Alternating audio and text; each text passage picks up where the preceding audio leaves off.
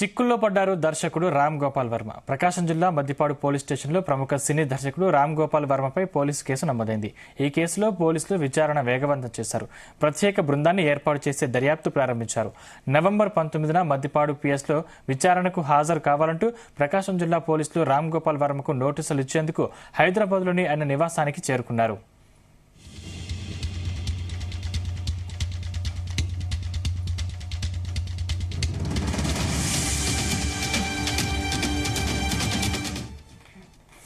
వ్యూహం సినిమా ప్రమోషన్లో భాగంగా సోషల్ మీడియా వేదిక ఎక్స్లో తెలుగుదేశం పార్టీ అధినేత చంద్రబాబు నాయుడు, జనసేన అధినేత పవన్ కళ్యాణ్, నారా లోకేష్, నారా బ్రాహ్మణిలపై అనుచిత వ్యాఖ్యలు చేస్తారంటూ మద్దిపాడు మండల టీడీపీ ప్రధాన కార్యదర్శి ఎం రామలింగం స్థానిక పోలీసులకు ఫిర్యాదు చేశారు. దీంతో ఐటీ యాక్ట్ కింద రామ్ గోపాల్ వర్మపై నవంబర్ 10న ప్రకాశం జిల్లా మద్దిపాడు పోలీసు కేసు నమోదు చేసి దర్యాప్తు ప్రారంభించారు. అటు రామ్ గోపాల్ వర్మ విచారణకు హాజరవుతారా లేదా అన్నది ఆసక్తికరంగా మారింది.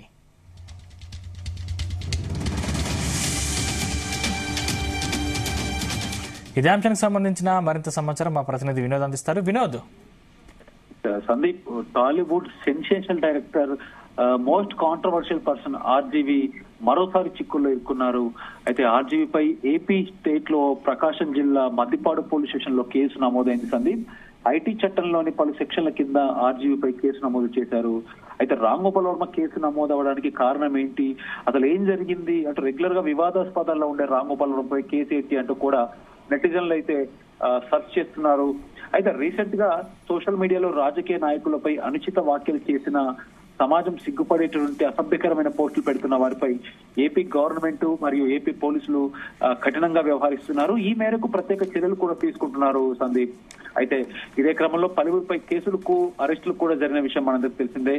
అయితే ప్రధానంగా ఎన్నికల సమయంలో, ఆంధ్రప్రదేశ్ ఎన్నికల సమయంలో తెలుగుదేశం పార్టీపై, వాళ్ళ నాయకులపై అసత్య ప్రచారాలు అవ్వచ్చు, అలాగే సోషల్ మీడియాలో వివాదాస్పదమైనటువంటి వ్యాఖ్యలు పోస్టులు చేసిన వారిని అయితే అదుపులోకి తీసుకుంటున్నారు సందీప్. అయితే ఇప్పటికే పలువురు వైసీపీ నేతలు అలాగే ఇతర ప్రతిపక్ష నాయకులు అరెస్ట్ అయిన టైట్గా తెలుస్తుంది. అయితే ఇదే తరుణంలో టాలీవుడ్ సెన్సేషనల్ డైరెక్టర్ రామ్ గోపాల్ వర్మపై కూడా ప్రకాశం జిల్లా మద్దిపాడు మండలం పోలీస్ స్టేషన్ లో ఐటీ చట్ట కింద వర్మపై కేసు నమోదు చేశారు పోలీసులు.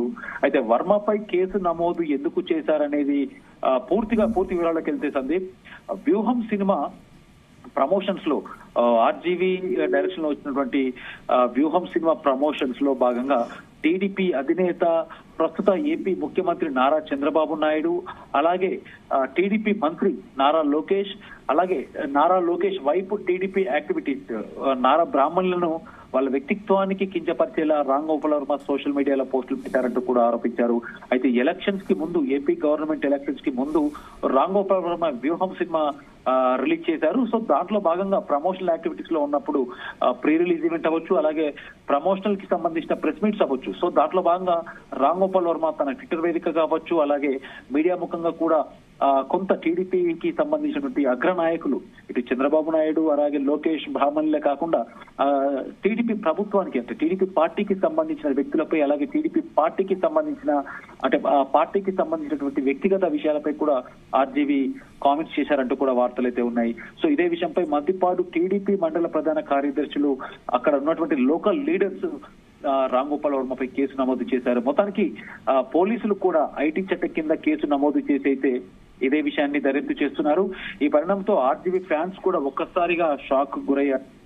ఎప్పుడు వివాదాస్పద వ్యాఖ్యలతో నిత్యం బిజీగా ఉండే వర్మ, అంటే సోషల్ మీడియాలో అవ్వచ్చు, అలాగే మీడియా ముఖంగా అవ్వచ్చు, ఎప్పుడు వివాదాస్పదమైన వ్యాఖ్యలు, కాంట్రవర్షియల్ సబ్జెక్ట్స్ కి దగ్గరగా ఉండేటువంటి వర్మ సడన్ గా వర్మను అరెస్ట్ చేస్తారా ఏంటి అనేటువంటి ఒక రకమైన వార్త వినడంతో ఇంటర్నెట్ లో అయితే ట్రోల్స్ గానీ అలాగే సర్చింగ్స్ కూడా చేస్తున్నారు సందీప్.